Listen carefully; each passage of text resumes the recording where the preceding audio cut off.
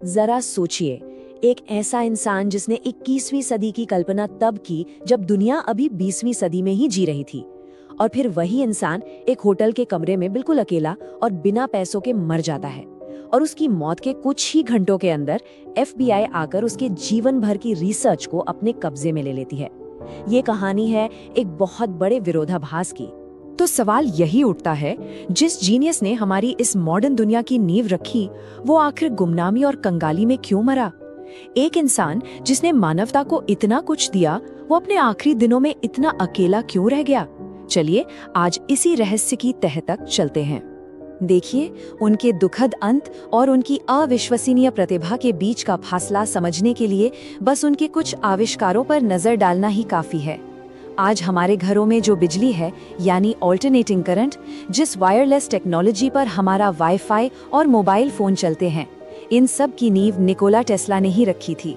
वो सच में भविष्य देख सकते थे। इस रहस्य को समझने के लिए हम इसे एक आम जीवनी की तरह नहीं देखेंगे। नहीं, ये सिर्फ एक कहानी नहीं है, ये एक जांच है। निकोला टेस्ला की 3 हत्याओं की जांच। तो चलिए पहली जांच से शुरू करते हैं। ये कहानी है कि कैसे टेस्ला को आर्थिक और पेशेवर रूप से पूरी तरह बर्बाद कर दिया गया। एक ऐसा जीनियस जो दुनिया का पहला अरबपति बन सकता था, वो इस हाल में पहुंच गया कि उसके पास अपने होटल का बिल चुकाने तक के पैसे नहीं थे। इसकी शुरुआत हुई करंट्स के युद्ध से। ये उस वक्त के 2 सबसे बड़े दिमागों थॉमस एडिसन और निकोला टेस्ला के बीच एक महायुद्ध था। एडिसन का सिस्टम था डायरेक्ट करंट यानी डीसी, जो बहुत महंगा था और सिर्फ कुछ किलोमीटर तक ही बिजली भेज पाता था। वहीं दूसरी तरफ टेस्ला का सिस्टम था ऑल्टरनेटिंग करंट यानी एसी, जो सस्ता था, ज्यादा असरदार था और सैकड़ों किलोमीटर दूर तक बिजली पहुंचा सकता था। मतलब टेक्निकली तो कोई मुकाबला ही नहीं था।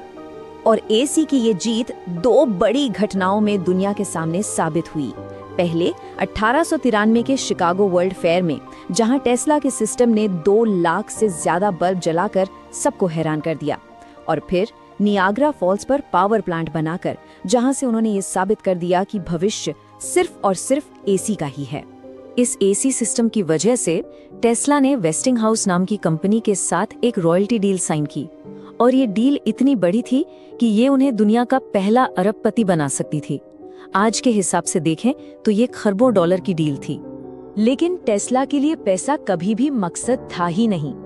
वो मानते थे कि उनका काम इंसानियत के लिए है, मुनाफे के लिए नहीं।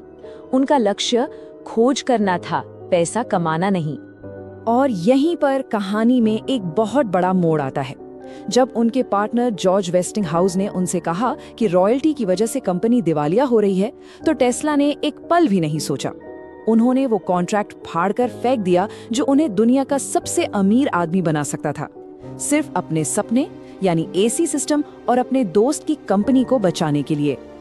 अपना सारा पैसा गंवाने के बाद भी टेस्ला का सबसे बड़ा सपना अभी बाकी था, वार्डनक्लिफ टावर। ये एक क्रांतिकारी विचार था, एक ऐसा टावर जो पूरी दुनिया को बिना तारों के मुफ्त बिजली पहुंचा सके। जरा सोचिए, एक ऐसी दुनिया जहां बिजली का कोई बिल ही नहीं हो।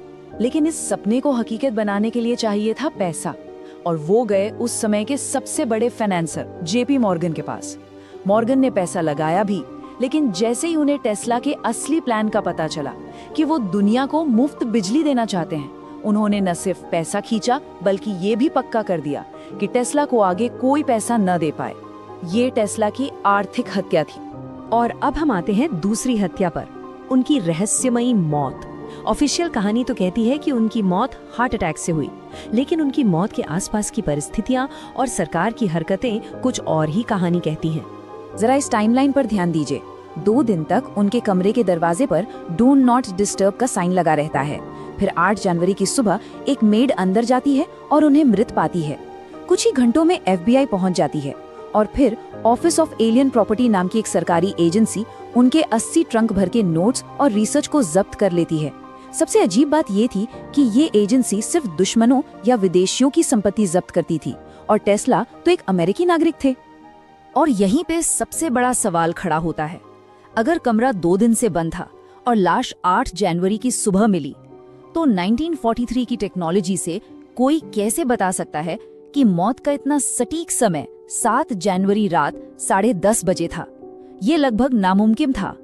तो सरकार इतनी परेशान क्यों थी? देखिए, ये दूसरा विश्व युद्ध का समय था।